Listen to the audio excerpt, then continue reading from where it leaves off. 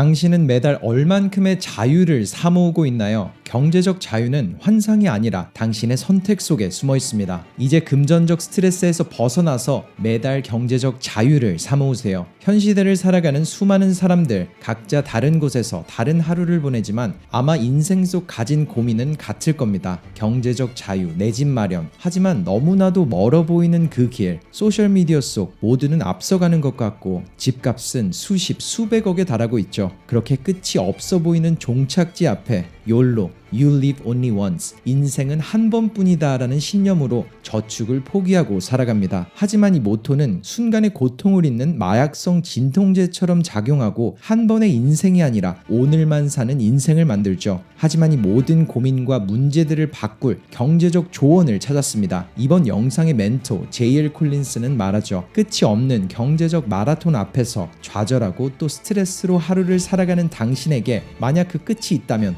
어떨 것 같나요? 나에게도 자유가 찾아올 수 있다면 말이죠. 분명히 말하지만 경제적 자유는 환상이 아니라 내 선택에 숨어 있습니다. 즉, 더 나은 선택들을 한다면 당신도 원하던 자유를 얻게 됩니다. 반드시 말이죠. 이런 메시지를 던진 콜린스, 이번 영상에서는 그가 남긴 경제적 자유를 사모으는 법과 내 집 마련이란 환상에서 벗어나는 법까지 아주 쉬운 부의 길을 여러분과 함께 나눠보려고 합니다. 가장 먼저 콜린스는 경제적 자유를 위해 꼭 지켜야 하는 3가지 규칙들을 말합니다. 빚을 최대한 피하고 버는 것보다 적게 쓰며 남은 돈은 모두 투자하라. 그리고 자신의 경험을 예로 들었죠. 저는 투자로서 집을 산 게 아니라 인생의 퀄리티를 높이기 위해서 샀습니다. 아주 비싼 욕망을 채우기 위해서 말이죠. 그리고 그건 전혀 나쁜 게 아닙니다. 하지만 조건이 하나 있어요. 집을 구매할 때와 유지할 때의 비용을 쉽게 감당할 수 있을 경우에만 사야 한다는 것. 그게 아니라면 자가보다는 자산을 사며 나아가는 월세가 더 빠른 경제적 자유를 만들 겁니다. 이런 말을 남긴 콜린스, 앞서 말한 것처럼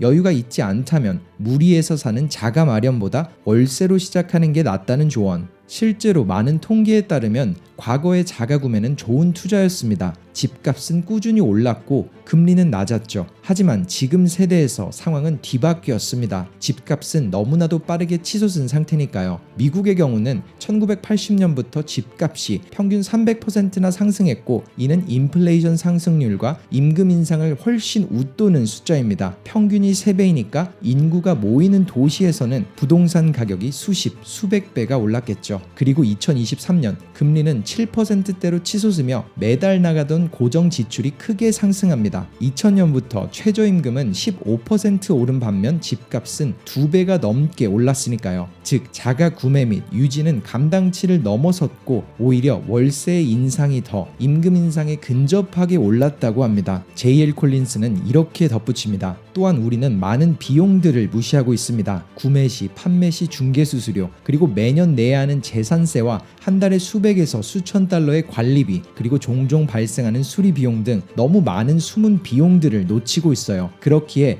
빚은 최대한 피해야 합니다. 항상 빚을 지고 다니는 사람에게 완벽한 경제적 자유는 찾아오지 않으니까요. 빚을 피하라는 그의 메시지. 그럼 그 이유는 뭘까요? 그는 부채가 앞으로 나아가려는 사람들에게 무거운 쇠구슬이 달려있는 사슬 같은 것이라고 말했습니다. 물론 자신의 사업이나 투자 등으로 더 큰 돈을 굴릴 수 있는 빚을 말하는 게 아니라 개인적 채무에 대해서 말하는 거죠. 신용카드, 비싼 자동차의 할부금, 이런 채무들은 수영선수에게 중량 조끼를 입히고 수영을 시키는 것과 마찬가지예요. 즉, 첫 번째 쉬운 부의 길은 채무로 사라지는 불필요한 지출들을 없애는 것에서 시작합니다. 예를 들자면 이런 말을 멈추면 되죠. 적어도 이 도시에 살아야 해. 아무리 못해도 이 정도의 차는 타야 해. 이렇게 삶에서 가져야 할 것들의 조건이 많아질수록 자유라는 2글자는 점점 멀어집니다.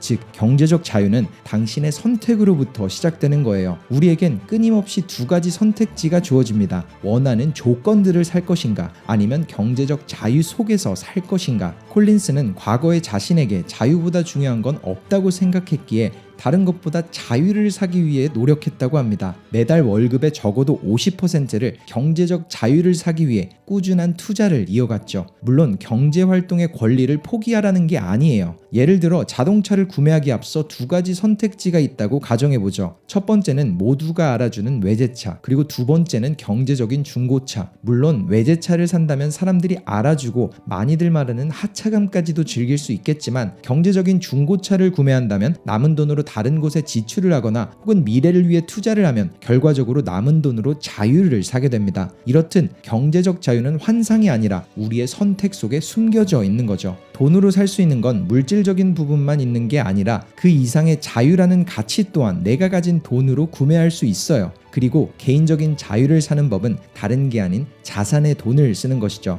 심지어 비싼 외제차를 타며 느끼는 우월감도 조금 다르게 생각해 볼 수 있습니다. 만약 누군가가 비싼 외제차를 타고 있다면 그걸 보는 사람들은 사실 비싼 차를 타는 그 사람을 보기보다 나도 저 차를 타면 멋질 텐데 라고 생각합니다. 그러니까 남들이 부러워하는 건 사람이 아니라 소유물에 한정되어 있다고 생각하면 우리의 선택은 조금 수월해질지도 모릅니다. 적어도 저는 그랬거든요. 사실 자동차에 대한 관심은 어느 정도 있지만 통계에 따르면 자동차를 타는 시간은 단 4%에 불과하다는 걸 들었죠. 무려 96%의 시간을 주차되어 보내고 또 주차 비용까지 치러야 한다고 생각했을 때 오히려 택시나 대중교통을 이용하는 게 훨씬 더 경제적이고 스트레스가 적다고 생각했습니다. 심지어 직접 차를 운전하며 생기는 사고의 책임까지도 제가 아닌 운전자에게 있으며 그 시간 동안 다양한 일을 할 수도 있잖아요. 이런 J.L. 콜린스의 조언을 듣던 스티브는 이렇게 말합니다. 만약 제가 이 메시지를 조금이라도 일찍 들을 수 있었다면 경제적 여유와 자유가 10년은 더 빠르게 찾아왔을 겁니다.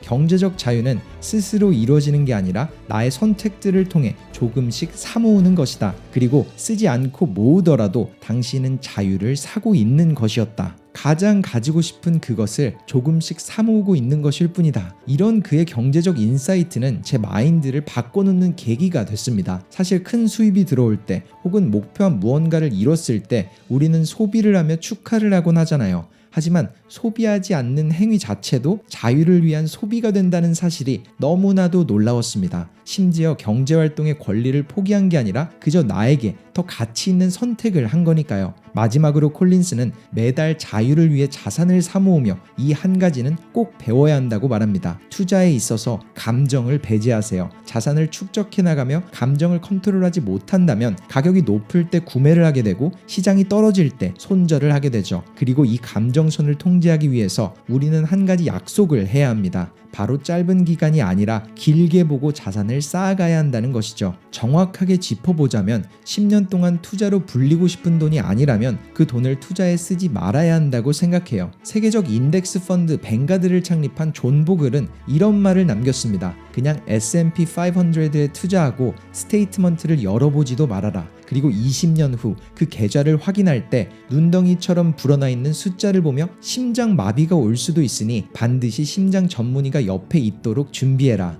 워렌 버핏과 찰리 먼거를 포함한 수많은 세계적 투자자들이 말했던 복리의 힘, 역시 그도 무리한 경제적 경쟁이 아니라 꾸준함으로 자산을 불려가는 자유를 위한 선택을 추천했습니다. 사실 계속 경제활동을 하고 또 더 나은 곳으로의 도전을 하면서 이 끝은 어딜까라고 느꼈던 때가 있습니다. 하지만 어느새 돌아보니 그 과정 자체에서 의미가 있는 것 같다, 이런 생각이 들기 시작한 것 같아요. 하지만 힘들었던 그때를 돌아보면서 그리고 노력하며 나아가는 많은 분들을 곁에서 지켜보며 이 메시지가 큰 도움이 될 거라는 강력한 확신이 들었습니다. 사실 그렇잖아요. 정말 끝이 안 보이는 여정을 가다 보면 중간중간 약해지는 마음에 포기를 하거나 내려놓게 되죠. 하지만 오늘 우리는 결정할 수 있습니다. 끝은 안 보이는 게 아니라 오늘 나의 결정 사이에 있으니까요. 그리고 이렇게 생각하기 시작할 때 우리는 자유를 위해 오늘을 더 남길 수 있을 거예요. 아마 이번 영상의 메시지가 모두를 위한 조언은 아닐 겁니다. 하지만 각자만의 길을 나아가는 분들께 자유를 위해 조금 더 남기고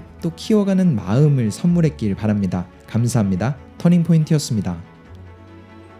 더 나은 인생을 살고 싶지만 인생이 바뀌고 있지 않다면 문제는 당신이 아니라 시스템입니다. 목표에 집중하지 마세요. 대신 시스템에 집중하는 겁니다. 왜냐하면 목표를 만드는 건 바로 시스템 그 자체이니까요.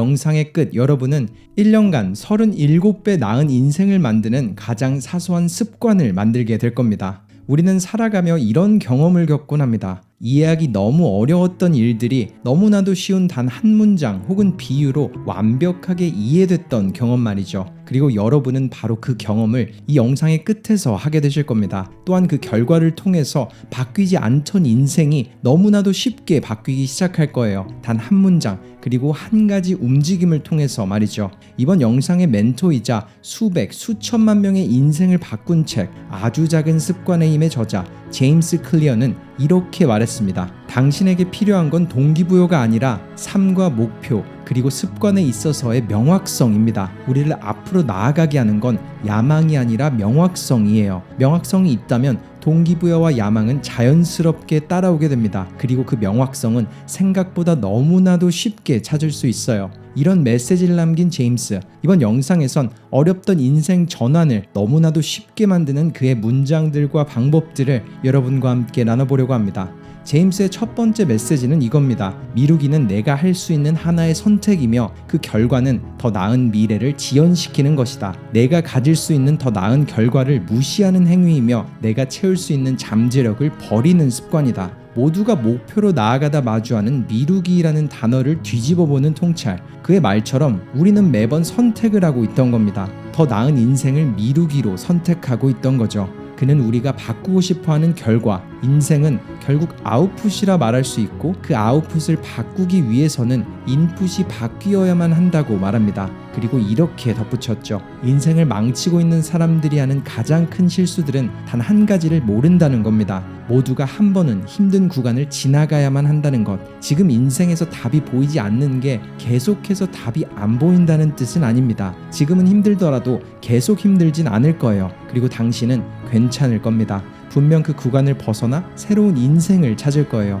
그리고 그 변화는 아주 작게 시작됩니다. 그러니 오늘 바로 단 하나만 바꿔보세요. 오늘 습관을 하나만 바꾼다면 당신의 내일은 달라질 수밖에 없어요. 그리고 잊지 마세요. 시간보다 소중한 건 없습니다. 그럼 이제 어떻게 그 습관을 아주 작게 만들 수 있을까요? 아마 많은 분들이 그의 책을 읽으셨겠지만 더 깊은 본론으로 들어가기 앞서 짧게 4가지를 정리하자면 이렇습니다. 분명하게 만들기, 매력적으로 만들기, 하기 쉽게 만들기, 만족스럽게 만들기. 물론 여기까지는 많은 분들이 아시던 그런 습관의 기초일 거라고 생각해요. 진짜 본론은 이제 시작됩니다. 아마 4가지 작은 습관의 루트를 따라가다 보면 우리는 실패에 대한 두려움, 긴장 혹은 슬럼프를 만나게 됩니다. 그리고 이 해결책을 제임스는 단 한 문장으로 제시하고 또 설명했죠. 슬럼프에서 벗어나고 또 두려움을 이겨내는 방법은 단 하나, 바로 행동하는 움직임 속에 숨어 있다. 이 메시지를 한번 곰곰이 생각해보면 정말 쉽고 간단한 문장이지만 이 문장을 이해하기 전까지는 어려워 보입니다. 누구나 최악의 경우를 상상하고 내 노력에 대한 결실이 없으면 어쩌지 이렇게 고민을 하게 되니까요. 하지만 제임스의 통찰처럼 반대로 풀어본다면 이해하기가 너무 쉽죠. 우리가 미래에 대한 두려움과 긴장감 그리고 걱정이나 슬럼프를 겪는 이유는 행동에 따른 결과가 불확실하다고 생각하기 때문일 거예요. 즉, 결과를 바꿀 수 있다면 자연스레 모든 걱정과 근심은 사라지겠죠. 하지만 아이러니하게도 결과를 바꾸는 건 지금 내가 할 수 있는 행동뿐입니다. 그럼에도 불구하고 우리는 가끔 행동 대신 가만히 앉아 미래를 그려봅니다. 당연히 걱정과 두려움이 찾아올 수밖에 없겠죠. 그렇기에 우리는 두려움을 느낄수록 그리고 슬럼프에 더 깊게 빠질수록 정답은 고민이 아니라 행동뿐이라는 제임스 클리어의 조언을 상기시켜야 합니다. 왜냐하면 행동을 하는 움직임 속에서 나타날 미래의 결과는 달라질 수 있으니까요. 그리고 그 행동들이 대단할 필요는 없습니다. 그는 최소 운동량 에너지라는 개념으로 자신의 가설을 설명했어요. 여기서 최소 운동량 에너지의 완벽한 예시는 성냥을 켤 수 있는 최소의 힘이라고 할 수 있죠. 너무 적은 힘 말고 불을 붙일 수 있는 최소한의 행동만 하면 된다는 겁니다. 왜냐하면 우리가 해야 하는 그 행동이 작으면 작을수록 그 행동 전 동기를 부여할 필요가 없어지니까요. 예를 들어 100개의 푸시업이 아니라 자기 전 단 10개의 푸시업, 1년에 30권의 책이 아니라 하루에 한 장 혹은 한 문단, 이렇게 접근하는 게 아주 작은 습관을 만드는 방법입니다. 그리고 제임스 클리어가 언급한 두 번째 비밀은 행동이 탄력성을 키운다는 것. 그는 말합니다. 삶에서 무조건적으로 승리를 만드는 단 한 가지 비밀이 있다면 이겁니다. 지는 법을 배우는 것, 패배를 인정하고 다시 일어나는 법을 배우는 거죠. 즉, 한번 넘어졌다고 포기하는 게 아니라 일어나면서 실패를 통해 바꾸고 더 나은 방법을 시도해야만 합니다. 물론 너무 어렵게 들릴 수도 있지만 여기서 말하는 새로운 시도는 정말 티끌만한 변화예요. 대단할 것 하나 없고 힘들 것 또한 하나 없는 연습일 뿐이죠. 그런데 그게 바로 인생을 바꿉니다. 만약 원하는 곳으로의 지름길이 있다면 그 길이 보이는 시점은 바로 넘어지고 다시 일어나며 방법을 바꿔보는 순간에 보이게 됩니다. 제임스의 세 번째 인사이트, 인생 속 모든 결과는 습관들이 지연되며 만들어진다. 이 문장은 제게 정말 큰 깨달음을 줬어요. 앞서 말한 미루기에 대한 메시지도 결국 이 문장을 통해 확고해집니다. 너무 중요하니까 한 번만 더 언급하자면 미루기는 내가 할 수 있는 하나의 선택이며 그 결과는 더 나은 미래를 지연시키는 것이다. 내가 가질 수 있는 더 나은 결과를 무시하는 행위이며 내가 채울 수 있는 잠재력을 버리는 습관이다. 즉, 인생에서 얻는 모든 것들은 우리가 가진 습관이 축적되며 나타나지는 결과입니다. 특정 행동을 꾸준히 유지하면 그게 축적되며 삶이 만들어지는 거죠. 예를 들어보자면 은행 계좌 속 숫자들은 당신이 가진 금융 습관의 결과가 특정 시간이 지나고 보여지는 것일 테고, 현재 당신이 가지고 있는 근력 상태는 그동안 가져온 운동 습관을, 또한 지식은 학습 습관의 결과일 뿐인 것처럼요. 그는 이런 부분도 언급했어요. 물론 인생에서는 운도 중요하고 뜻밖의 상황들이 존재하겠죠. 하지만 운과 뜻밖의 상황들의 사전적 정의만 봐도 알 수 있듯 이것들은 우리에게 통제권이 없어요. 반면 습관은 우리에게 온전한 통제권이 있죠. 그러니 인생에서 최고의 배팅은 우리에게 통제권이 있는 아주 작은 습관을 바꾸며 행동하는 겁니다. 이처럼 우리는 아이러니 속에서 살아갑니다. 결과를 바꾸고는 싶지만 사실 결과는 직접 바뀔 가능성이 거의 없으니까요. 앞서 말한 것처럼 인생의 방정식은 단순해요. 인풋을 바꿔야지 그에 따른 아웃풋이 바뀝니다. 매일 해나가는 습관을 바꾸게 되면 인생의 목적지가 뒤바뀌게 됩니다. 그리고 그는 인생의 가장 중요한 단 두 가지 시간 프레임을 언급했어요. 첫 번째는 10년 후, 두 번째는 1시간 후. 10년 후의 목표로 우리는 삶에서 큰 의미가 숨어 있고 또 가장 많은 신경을 쓰는 것을 목표로 해야 합니다. 물론 사람마다 원하는 건 다르겠죠. 사업적, 경제적 목표가 될 수도, 가정이나 인간관계 혹은 건강에 대한 목표이자 단기간에 이루어질 수 없는 것들을 뜻해요. 그리고 두 번째, 1시간에 대한 목표는 내가 앞으로 보내게 될 60분 동안 무엇을 할 수 있는지를 생각하는 겁니다. 앞서 10년 후에 이루고 싶은 목표를 위해 내가 지금 당장 할 수 있는 행동들을 뜻하죠. 그리고 그 목표를 세우는 방식에서 가장 중요한 부분은 이겁니다. 내가 하루도 빠지지 않고 할 수 있는 아주 작은 크기로 나눠보는 거죠. 그리고 이 두 가지 시간 프레임, 롱텀과 숏텀 사이의 목표를 오가며 생각하고 행동하며 살아간다면 장담컨대 10년의 목표는 1년 혹은 2년 안에 이루어져 있을 겁니다. 즉, 이렇게 요약할 수 있어요. 더 나은 인생을 살고는 싶지만 인생이 바뀌고 있지 않았다면 문제는 당신이 아니라 시스템입니다. 우리는 변화를 원하지 않는 게 아니라 잘못된 시스템을 가지고 있었기에 그동안 바뀔래야 바뀔 수가 없던 거죠. 올바른 시스템과 준비물들이 있다면 더 나아지는 삶으로 가는 길은 생각보다 너무 쉬워질 겁니다. 그러니 이제부터는 더 이상 목표에 집중하지 마세요. 대신 시스템에 집중해보는 겁니다. 왜냐하면 목표를 만드는 건 바로 시스템 그 자체이니까요. 앞서 이미 언급했겠지만 제임스가 말한 시스템은 사실 아주 작고 사소한 습관입니다. 습관을 유지하는 시스템이 아니라